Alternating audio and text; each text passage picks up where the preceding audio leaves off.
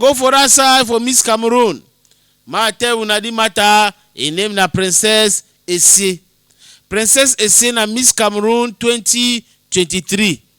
He don't go for India.